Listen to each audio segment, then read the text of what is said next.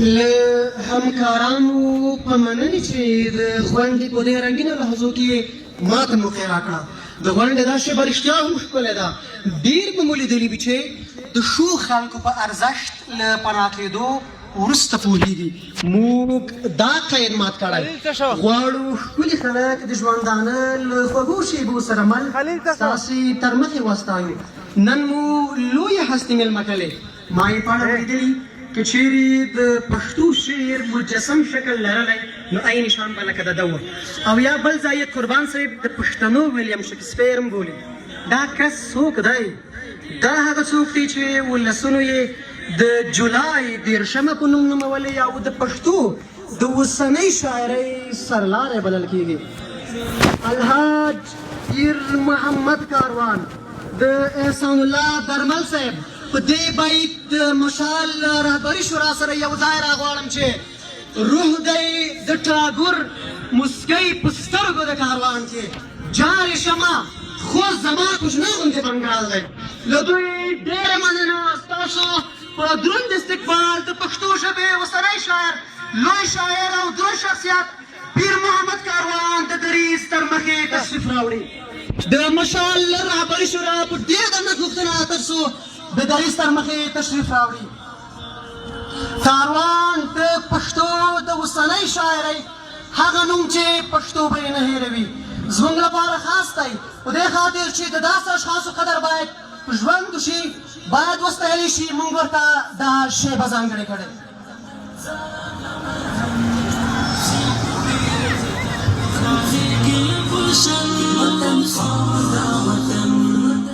السلام علیکم ورحمۃ اللہ وبرکاتہ. د خپلو ښځلنډو خبرو په سر کې یو بیت دی چې علم لاروی د محمد آخر زمان دی صلی الله علیه وسلم. علم لاروی د محمد آخر زمان دی. جهل ابو جهل دی د ټولو په تاوان دی.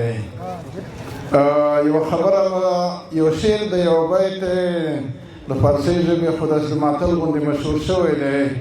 وایي په شپه پسې بد مه وایه، یوه شمه پکې ولګوه، یو ماشال پکې ولګوه او چې شپه هم درته خوږه شي او رڼا شي درته.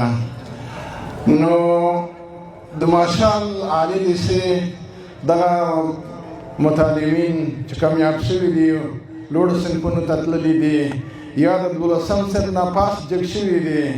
زم د فارغ کلمه ځکه نه وایم، فارغ اوزګار شوي ته وایي. مخکې رئیس صاحب د معارف د خبرې ته یو اشاره وکړه چې تاسې مصروف باید وایي، تاسو فارغ نه یې. دا زما په زړه ډېره خوږه ولګېدله. دا خبره مې یو بل ځل چا سره یاده وه. ما ویل دا د فارغ کلمه باید نه وي. هغه څوک چې د 12 نه بل جګېږي یا د پوهنتون نه جګېږي، ځکه دوی داسې مثال لري لکه یوه لوبغاړې ډله چې یو تمرین وکړي خو بیا د یوې ډېرې مهمې مقابلې دپاره دوی یعنې دغه میدان ته ورځي. نو دوی اوس دې میدان ته ورځي. نو په سر کې به د کامیابو متعلمینو ته که دوی د هر صنف نه بل صنف ته تللي دي یا د 12 نه جګ شوي دي، د ټولو ته مبارکي وایم، د دوی کورنیو ته مبارکي وایم، د دوی ښوونکو ته مبارکي وایم او دوی رنځور وطن ته مبارکي وایم چې الله تعالی دې درمان وګرځوي. دا په هره برخه کې هم د خدای په مینه کې، هم د خدای د مخلوق په مینه کې او هم د وطن په مینه کې.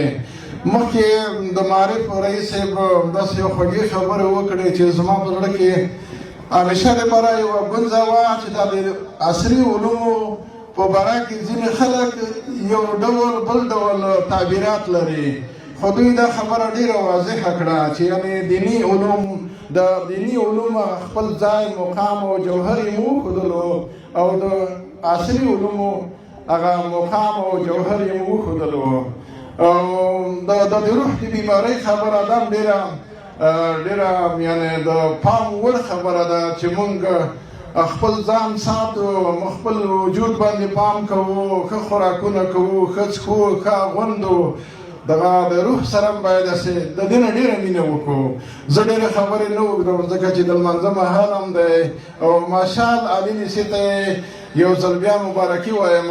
الله تعالی دې دوی ته توفیق ورکړي چې د دې وطن بچي د خدای په مینه او د وطن په مینه او د خدای د مخلوق په مینه وروزي.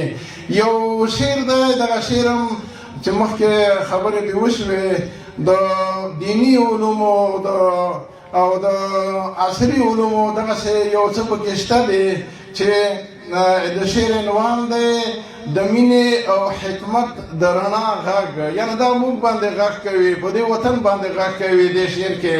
نو زما خبرې به هم ډېرې نه اوږدېږي، په همدې شعر به دا خپلې خبرې هم راونغاړم.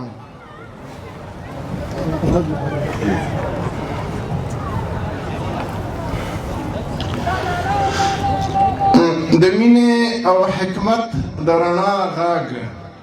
دا د مینې، دا د حکمت، د پوهې او د علم د رڼا مونږ باندې غږ کوي، زمونږ وطن باندې غږ کوي. دا وایي شنه رڼا راوتې له جنت یمه، ما وطن ته دروله لالیه، او زه ډیوه د مینې د حکمت یمه، ما وطن ته دروله لالیه.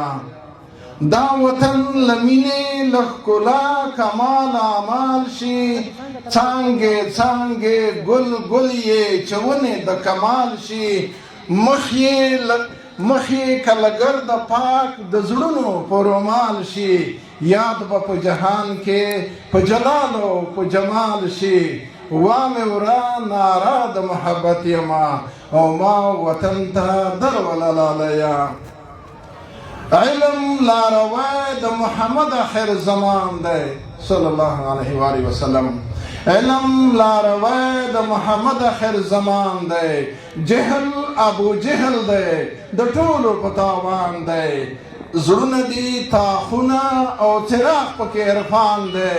ښځه ده که نر دی، علم حق د هر انسان دی. او ښکلې کرشمه د معرفت یمه، ما وطن ته دروله لالیه.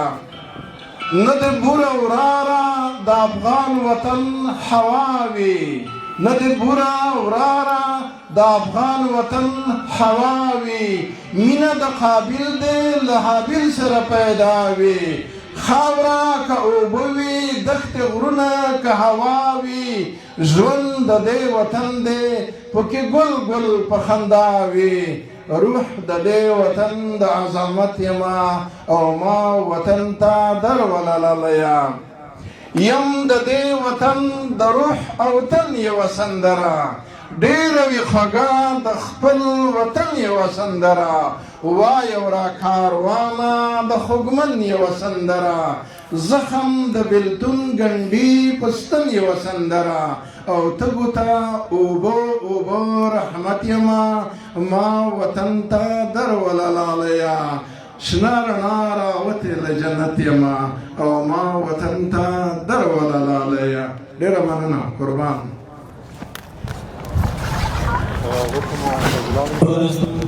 تږو ته اوبه اوبه رحمت یمه، ما وطن ته دروله لالیه. له بابا په مننې کاروان بابا به ډېرو په معنوي ډالیو، کتابونو، قلمونو او نور ستایلی وي. خو نن ورته موږ ځینې مادیات چې په خاصو معنویاتو سمبال دي ور ډالۍ کوو.